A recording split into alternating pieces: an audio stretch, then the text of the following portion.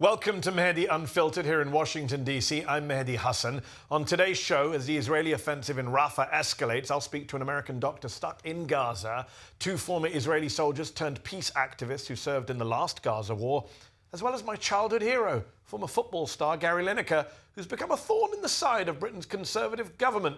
So, what are we waiting for? Let's go.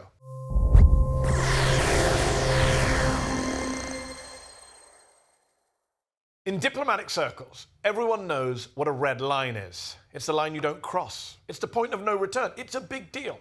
Israeli leaders have long been obsessed with red lines. In 1975, Israeli Foreign Minister Yigal Allon said that Washington has managed to draw a red line, which all the Arab countries know they must not cross, that America is not going to sacrifice Israel for the sake of Arab support. The following year, in 1976, Yitzhak Rabin set out a red line in Lebanon for the Syrian army. Benjamin Netanyahu, speaking at the UN in 2012, added a red line to his weird cartoon image of an alleged Iranian nuclear bomb. Today, however, the red line that is dominating the news is a red line that Israel was supposed to not cross, a red line laid down by the most powerful man on earth, the President of the United States, Joe Biden. What is your red line with Prime Minister Netanyahu? Do you have a red line? For instance, would invasion of Rafah, which you have urged him not to do, would that be a red line? It is a red line, but I'm never going to leave Israel. The defense of Israel is still critical. So there's no red line. I'm going to cut off all weapons so they don't have the Iron Dome to protect them. They don't have.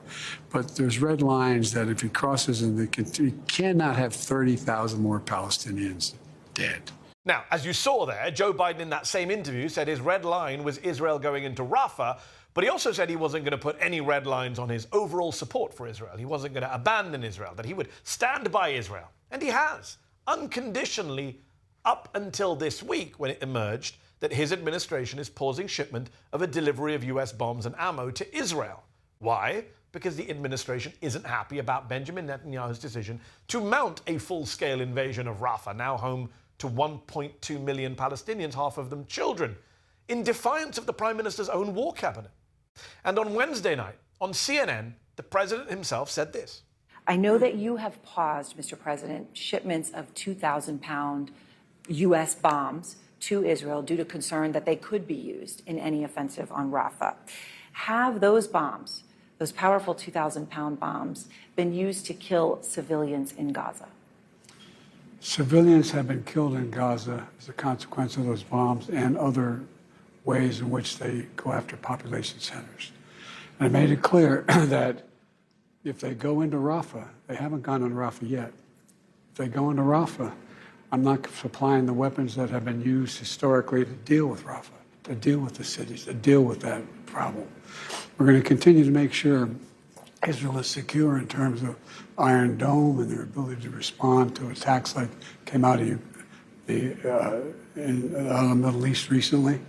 But it's just wrong. We're not going to supply the weapons and the artillery shells used that have been used. Artillery shells as well. Yeah, artillery shells. So, just to understand what they're doing right now in Rafah.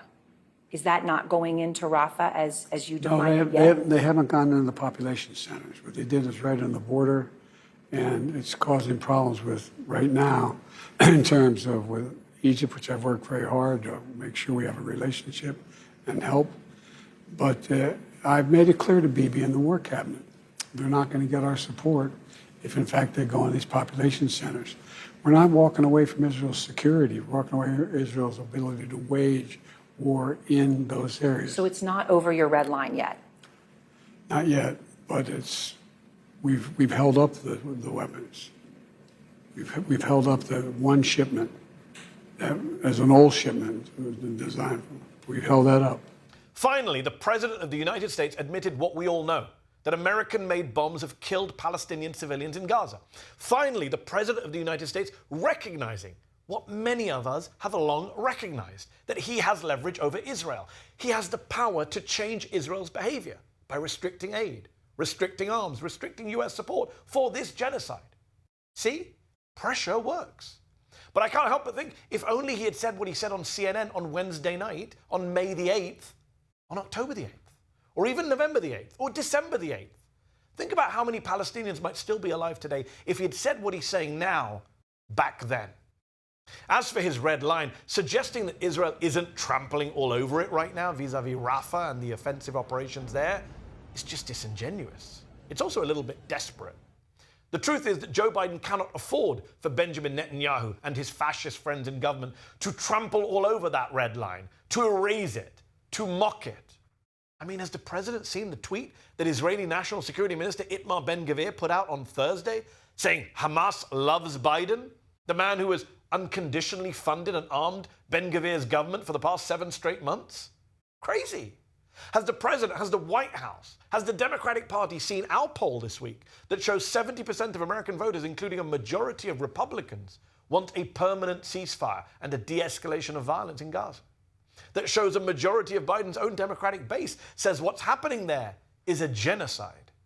That shows voters narrowly trust Donald Trump more than Biden to handle US involvement in the Israel-Palestine issue. Is that not embarrassing? Is that not insane? On Tuesday, a day before his CNN interview, Biden put out a new campaign ad reminding voters that his opponent, Donald Trump, quote, ripped innocent children away from their mothers at the border. And he did. And Trump will do it again.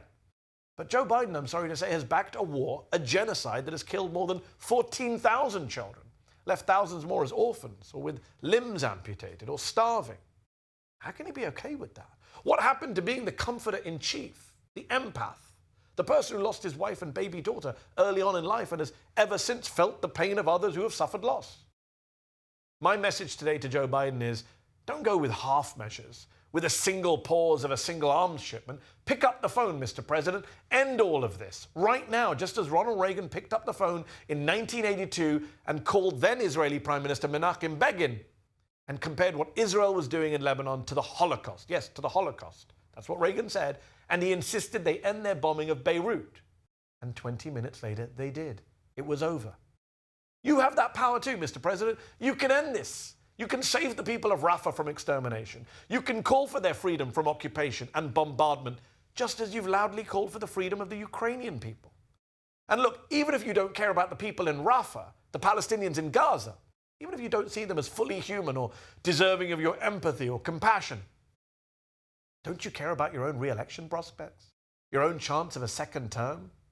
Because basic morality and international law aside, there is a very practical domestic political argument for breaking with Netanyahu and ending this conflict as soon as possible. It's an election year.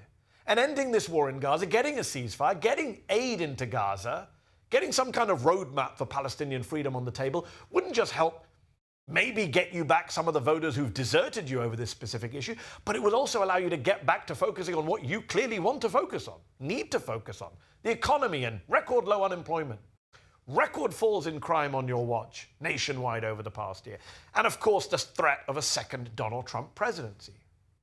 You, Joe Biden, can end this disastrous Gaza war and do all of that, or you can spend the rest of this year trying to conjure up a response to pro-Palestine protesters at your public events as they heckle Genocide Joe at you. You can call out Benjamin Netanyahu, who everyone hates, or you can call out college students who you really need to have knocking on doors for you come November. Which one will it be, Mr. President? Because time is not on your side. Benjamin Netanyahu is at the door of Rafah, and Donald Trump is at the door of the White House. So what's it going to be? Save Bibi or save yourself? Save American democracy and Palestinian lives or save Israel's war machine? As you once said, Mr. President, about Ukraine, and as I'm now saying to you, about Rafah, history is watching.